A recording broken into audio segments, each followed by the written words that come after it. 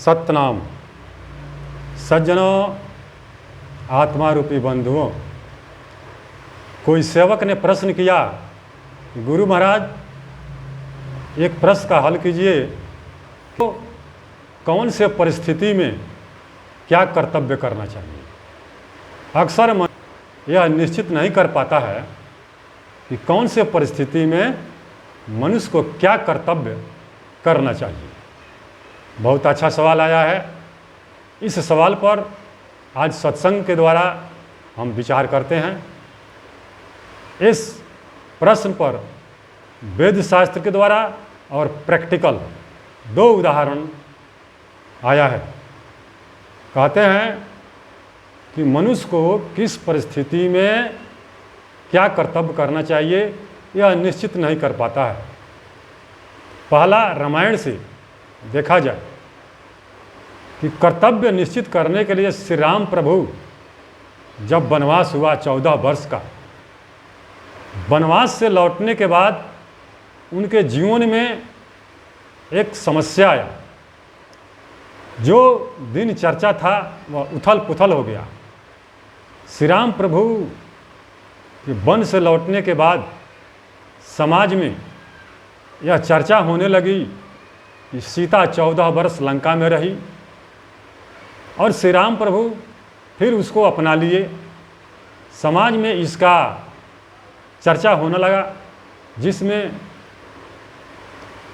धोबी का दृष्टांत आता है कि धोबी की औरत घर से बाहर निकली, रात को कहीं जाकर रुक गई।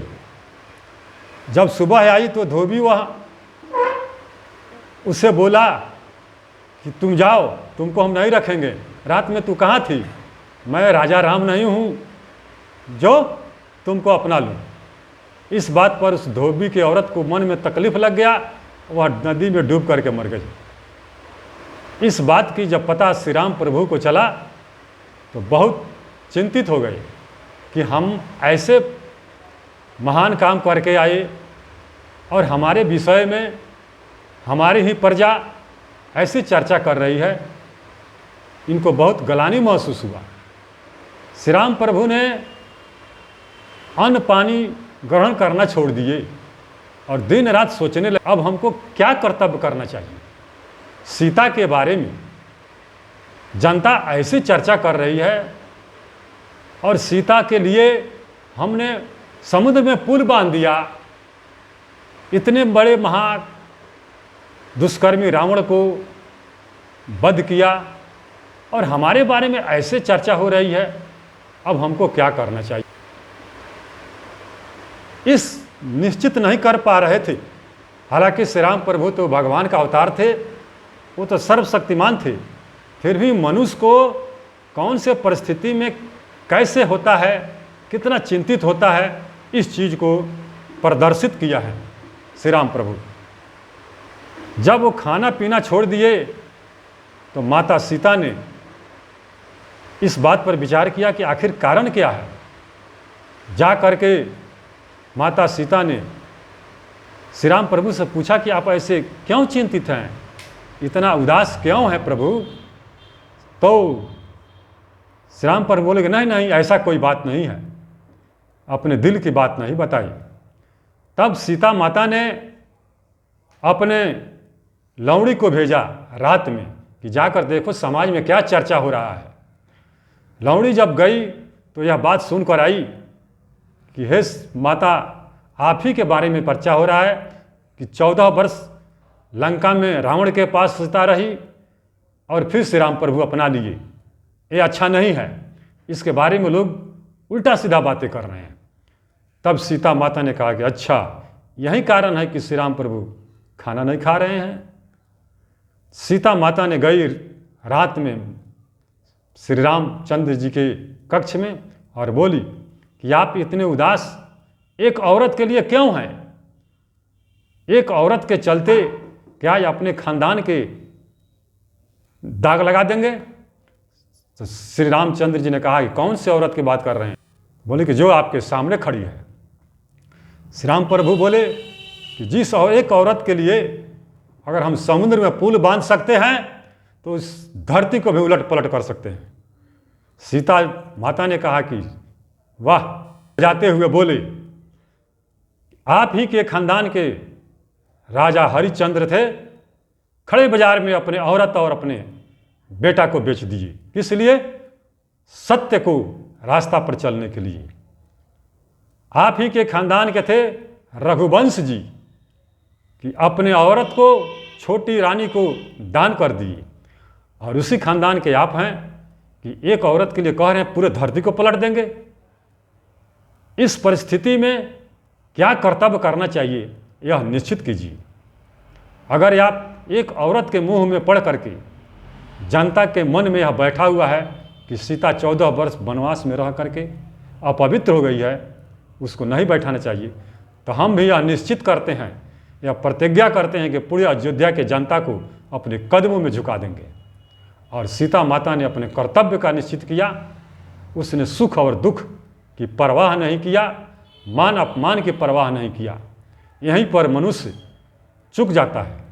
सीता माता ने कहा कि शरीर के अंदर दो शक्ति है, मन और आत्मा। अक्सर मनुष्य मन की कहा सुनता है, जिसके कारण अपने कर्तव्य को निश्चित नहीं कर पाता है। आत्मा की शक्ति 5 है और मन की भी शक्ति 5 है सज्जनों, सत्संगियों, संत समाज, इस पर विचार करें। मन की शक्ति 5 है, काम, क्रोध, मद, लोभ, अहंकार। अक्सर मनुष्य इसी का सुनता है। कहीं मुंह में पढ़ करके अपने कर्तव्य निश्चित नहीं कर पाता है, कहीं मान अपमान में पढ़ करके अपने कर्तव्य निश्चित नहीं कर पाता है। ये 5 शक्तियों के अंदर रह के। लेकिन आत्मा की शक्ति है क्षमा, दया, शील, संतोष और सत्संग। अगर ये 5 शक्तियाँ आत्मा की हो तो वह कर्तव्य अपना तुरंत निश्चित कर लेता है। इसलिए हे प्रभु, आप आत्मा की गहराई में जाइए और यहाँ क्या कर्तव्य बनता है यह देखिए। सीता माता ने कहा कि इस समय मैं गर्भावस्था में हूँ, फिर भी अपने सुख दुख की परवाह नहीं करके हम जंगल में आज ही सुबह में चले जाएंगे। हे प्रभु, आप आदेश दीजिए और आने वाले समय में पूरी अयोध्या की जनता को अपने चरण में झुका देंगे। सीता माता ने आत्मा शक्ति लेकर के और अपने कर्तव्य निश्चित किया, अपने सुख दुख का परवाह नहीं किया और वन को चली गई। श्री राम प्रभु ने उनको ज्ञान हो गया और उन्हें लक्ष्मण को आदेश दिया कि तुम आज के ही 4 बजे भोर में सीता को जंगल में छोड़ के आ जाओ। तो कर्तव्य उस समय कितना संकट का समय था। सीता राजा जनक की और बेटी, चक्रवर्ती राजा दशरथ की बहू, इतने सुख भोगने वाले 14 वर्ष जंगल में से कष्ट काट के आई और गर्भावस्था में जनता के मन से इस जो खानदान पर दाग लगने जा रहा था उसको बचाने के लिए अपना कर्तव्य निश्चित किया, अपने सुख का प्रवाह नहीं किया। तब सीता माता का नाम आज अमर है और आदर से लिया जाता है। यह प्रमाण रामायण के द्वारा दिया गया। प्रैक्टिकल में देखा जाए, सज्जनों विचार कीजिए, आज के ज़माना नए ज़माना है। आजकल के जो नौजवान हैं उनके ज़िंदगी में भी आता है और वो अपने कर्तव्य नहीं निश्चित कर पाते हैं। जैसे एक छोटा सा दृष्टांत है, इस पर विचार कीजिए। एक लड़का है पढ़ा लिखा, उसका शादी कहीं तय हो गया। पहले के ज़माने में थे तो लड़का लड़की देखने नहीं जाते थे। आज के ज़माने में लड़का भी जाता है लड़की को देखने के लिए, तब शादी करता है। खुद लड़का गया, उसका परिवार गया, लड़की को पसंद कर लिया। लड़की वाले ने कहा कि हम 10 लाख रुपया खर्च करेंगे, खुशी से दान दिया। शादी तय हो गया, दिन उतर गया। कुछ समय बीतने के बाद 2 महीना 4 महीना जब शादी नज़दीक आया तो लड़का से किसी ने कह दिया, अरे तू कैसे लड़की से शादी कर रहा है, इतना तुमको पैसा दे रहा है, वो लड़की काली है, उतना सुंदर नहीं है, नाटा है। ये बात उसके मन में बैठ गया और उसके मन में ऐसा हुआ कि हम दूसरी जगह उससे अच्छा देख करके शादी करें। घर के लोग बहुत कहा, लेकिन वह लड़का माना नहीं। नए जीव का लड़का था, सुंदरता के ऊपर गया, उसने इनकार कर दिया शादी करने से। जैसे ही इनकार किया, लड़के वाले को पता लग गया। उसने आया, पुलिस के साथ और बोला कि जब शादी नहीं करना है तो हम 10 लाख रुपया दिए, हमारा वापस करो। दिया था 5 लाख, बोल दिया 10 लाख। दिया था 10 लाख, बोल दिया 20 लाख। इसलिए कि अब उसको शादी नहीं करना है तो उसको तो डालना है ना चक्कर में, उसको कष्ट देना है। अब हो गया तबाही। लड़का इधर माने ना, हम नहीं करेंगे, लड़की सांवला है, नाटा है। अरे सांवला है तो उसके अंदर गुण क्या है ये नहीं देखा है। लोगों के कहने पर, मन के कहने पर उसने सुंदरता की तरफ गया। तो देखिए उसका क्या हाल हुआ।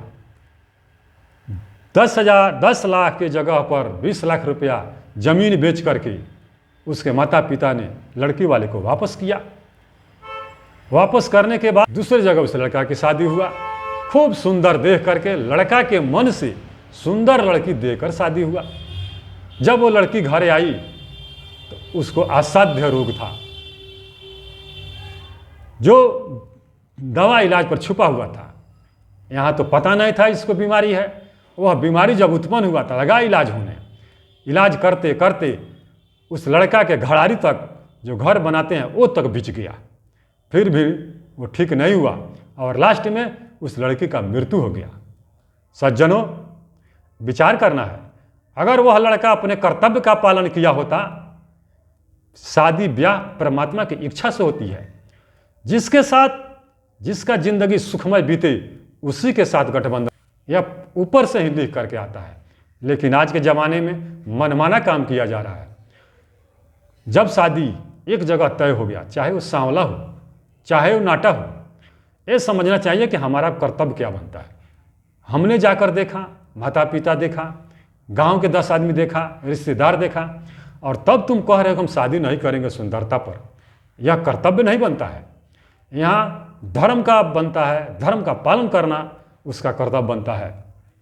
उस लड़का के लिए धर्म है जैसे भी है उसके साथ शादी करे और उसको अपने लायक बनाए, आगे चलकर उसके जीवन में सुखी रहेगा। जो मनुष्य, जो लड़का ऐसा करता है, दूसरे को बेइज्जत करता है, लड़की वाले की इज्जत को नहीं समझता, दूसरे को दुख को नहीं समझता है, उसके साथ ऐसे ही होता है। सज्जनों, तो मनुष्य को किस परिस्थिति में क्या कर्तव्य करना चाहिए, अगर यह जानना है तो खुद अपने आप विचार करे और धर्म का पालन करे। ये ना देखे कि हमारा सुख होगा कि दुख होगा।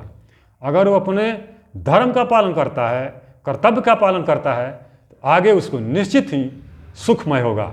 जैसे श्री राम प्रभु ने अपने कर्तव्य का पालन किया, सीता माता ने अपने कर्तव्य का पालन किया, सुख दुख का परवाह नहीं किया, तो आज उनका नाम अमर है। आज के भी ज़माने में कोई मनुष्य कहीं भी कोई परिस्थिति आता है तो मन कहाँ मत करे, वो आत्मा से पूछे, आत्मा की गहराई में जाए, आत्मज्ञान से पूछे। क्षमा, दया, शील, संतोष, सत्संग, ये 5 जगह से इस प्रश्न का आंसर लिया जा सकता है कि किस परिस्थिति में क्या कर्तव्य बनता है। काम, क्रोध, मद, लोभ, अहंकार, इसमें अगर पढ़ करके, मन का कहा कर करके आप फैसला लेते हैं तो आपका जीवन निश्चित ही नरकमय बन जाएगा और सब कुछ विनाश हो जाएगा। विनाश काले विपरीत बुद्धि कहा गया है। इसलिए हम इसी के साथ आज विचार करके समाप्त करते हैं और हम यह अनुभव करते हैं कि आप लोगों को यह बात अच्छी लगी है, जरूर सब्सक्राइब कीजिएगा। बोलिए सतगुरु महाराज की जय।